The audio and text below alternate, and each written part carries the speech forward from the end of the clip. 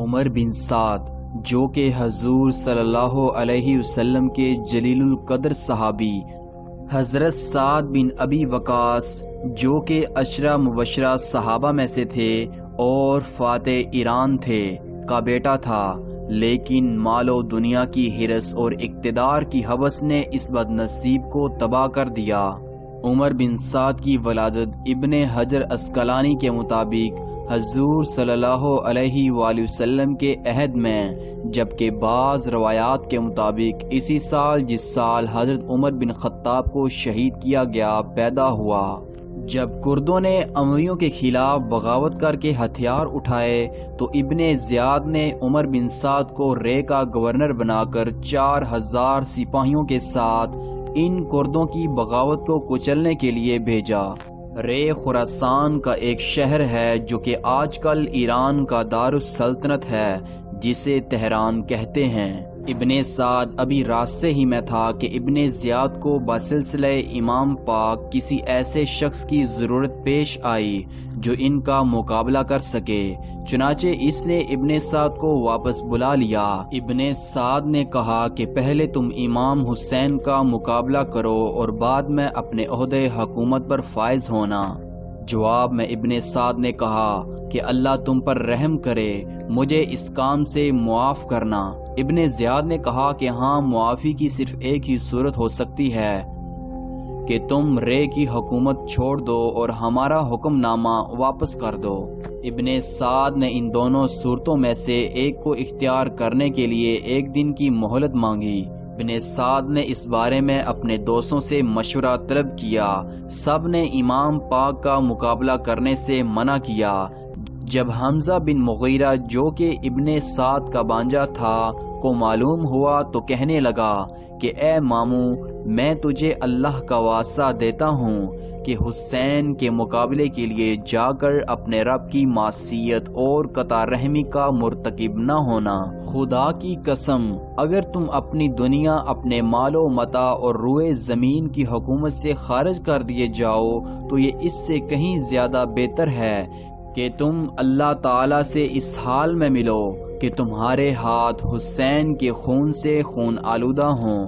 ابن سعد نے کہا کہ انشاءاللہ میں تمہارے مشورے کے مطابق ہی عمل کروں گا۔ ابن سعد ابن زیاد کے پاس آیا اور کہا کہ آپ نے میرے لیے رے کی حکومت کا فرمان لکھ دیا ہے اور لوگوں کو معلوم بھی ہو گیا ہے، لہٰذا اس کا نفاذ کر دیجئے اور امام حسین کے مقابلے کے لیے فلاں فلاں اشراف کوفہ کو میرے ساتھ بھیج دیجئے۔ جواب میں ابن زیاد نے کہا کہ چنانچہ ابن سعد 3 محرم الحرام 61 ہجری کو 4000 فوج کے ساتھ امام پاک کے مقابلے میں کربلا پہنچ گیا۔ کربلا میں پہنچ کر ابن سعد نے عرضہ بن قیس کو حکم دیا کہ حسین کے پاس جا کر ان سے پوچھو کہ وہ یہاں کیوں آئے ہیں، لیکن عرضہ ان لوگوں میں سے تھا جنہوں نے آپ کو خطوط لکھ کر بلایا تھا، اس لیے اس کو آپ کے پاس جاتے ہوئے غیرت و شرم محسوس ہوئی اور اس نے انکار کر دیا۔ ابن سعد لشکر کے دوسرے رئیس لوگوں میں سے جس کو اس کام کے لیے کہتا وہ یہ کہہ کر انکار کر دیتا کہ میں بھی بلانے والوں میں سے ہوں۔ اس بات سے یہ ثابت ہوتا ہے کہ جن لوگوں نے محبت کے بلند دعوے کیے تھے وہی یزیدی حکومت کے ساتھ مل کر آپ کے مقابلے میں آئے تھے، کیونکہ ان کو بڑی بڑی رشوتیں مل چکی تھیں۔ چنانچہ امام پاک کی طرف جانے کے لیے کوئی تیار نہ تھا۔ یہ دیکھ کر کثیر بن عبداللہ جو کہ بڑا دلیر اور بے باک آدمی تھا کہ کہنے لگا کہ میں امام پاک کے پاس جاتا ہوں، لیکن یہ اپنی بد کلامی کی وجہ سے پیغام پہنچائے بغیر واپس آ گیا۔ اس کے بعد ابن سعد نے قرہ بن قیس کو بلا کر کہا کہ تم یہ کام کرو۔ چنانچہ اس نے امام پاک کے پاس آتے ہوئے سلام کیا اور ابن سعد کا پیغام پہنچایا تو آپ نے جواب دیا کہ تمہارے شہر کوفہ کے لوگوں نے مجھے خطوط لکھ کر بلایا ہے، اب اگر میرا آنا تمہیں ناگزیر گزرتا ہے تو میں واپس چلا جاتا ہوں۔ چنانچہ اس نے ابن سعد کو امام پاک کا جواب سنایا جواب سن کر ابن سعد نے کہا کہ امید ہے کہ اللہ مجھے حسین کے ساتھ جنگ کرنے سے بچائے گا۔ چنانچہ اس نے ابن زیاد کو اپنا سوال اور امام کا جواب لکھ بھیجا۔ ابن سعد کا خیال تھا کہ اس مصلحانہ تحریر سے شاید کوئی صلح وغیرہ کی صورت پیدا ہو جائے گی اور میں اس ظلم سے بچ جاؤں گا، مگر بد نصیبی اس کا مقدر بن چکی تھی۔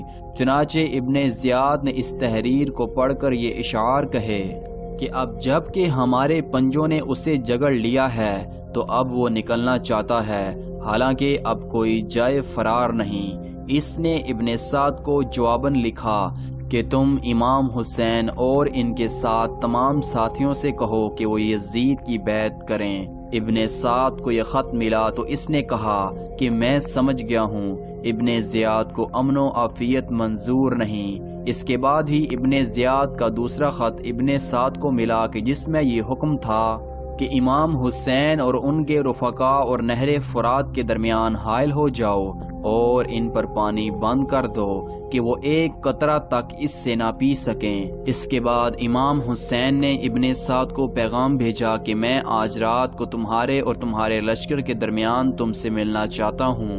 ابن سعد نے یہ بات مان لی اور رات کے وقت 20 سوار اپنے ساتھ لے کر آیا۔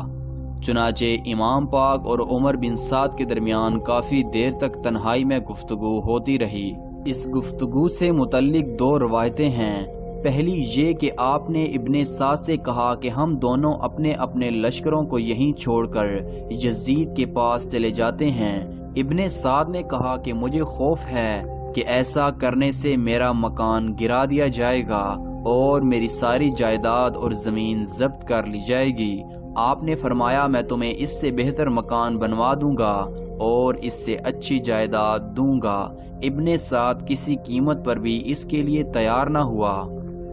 دوسری یہ کہ آپ نے اس کے سامنے 3 باتیں پیش کیں کہ ان میں سے کسی ایک کو مان لو۔ پہلی یہ کہ مجھے وہیں واپس چلے جانے دو جہاں سے میں آیا ہوں۔ دوسری یہ کہ مجھے یزید کے پاس لے چلو تاکہ میں اس سے بات کر سکوں۔ جبکہ آخر پہ آپ نے فرمایا کہ مجھے مملکت اسلام کے کسی بھی سرحدی مقام پر لے چلو، میں ان سرحدی لوگوں میں رہ کر وقت گزار لوں گا۔ عمر بن سعد اگرچہ دنیاوی لالچ کی وجہ سے حضرت امام حسین سے جنگ کرنے کے لیے آ گیا تھا، مگر قلبی طور پر وہ نہیں چاہتا تھا کہ اس جرم عظیم کا مرتکب ہو۔ اس لیے اس کی کوششیں یہی تھیں کہ کوئی صورت ایسی نکل آئے کہ جنگ نہ ہو۔ چنانچہ عمر بن سعد نے ابن زیاد کو لکھا، امام حسین نے مجھ سے یہ 3 باتیں کہی ہیں۔ ابن سعد کا یہ خط جب ابن زیاد کے پاس پہنچا تو اس کا ارادہ بھی یہی تھا کہ ان 3 باتوں میں سے کسی ایک کو مان لیا جائے۔ اس وقت ابن زیاد کے پاس شمر بیٹھا ہوا تھا۔ وہ بدبخت کھڑا ہوا اور کہنے لگا کہ کیا تم حسین کی ان شرطوں کو قبول کرتے ہو حالانکہ اس وقت وہ تمہاری گرفت میں ہے؟ چنانچہ ابن زیاد نے شمر کی بات پر عمل کرتے ہوئے ابن سعد کو یہ حکم دیا، حکم مانتے ہوئے ان کے دشمنوں کو قتل کرو یا اس لشکر کی کمان مجھے دے دو۔ ابن سعد کو ایک مرتبہ پھر موقع ملا تھا کہ وہ لشکر شمر کے حوالے کر کے اس ظلم کے ارتکاب سے بچ سکتا تھا، مگر اس کو تو رے کی حکومت چاہیے تھی۔ وہ بدبخت چمن زہرا کے پھولوں کو خاک و خون میں تڑپانے کے لیے تیار ہو گیا۔ جب عمر بن سعد کا سر کاٹ کر مختار سقفی کے سامنے لایا گیا تو مختار نے اس کے بیٹے سے کہا کہ اس سر کو پہچانتے ہو؟ تو اس نے کہا کہ یہ میرے باپ کا سر ہے اور اب ان کے بعد زندگی میں کچھ مزہ نہیں۔ مختار نے کہا کہ تم سچ کہتے ہو اور حکم دیا کہ اس کو بھی قتل کر دیا جائے۔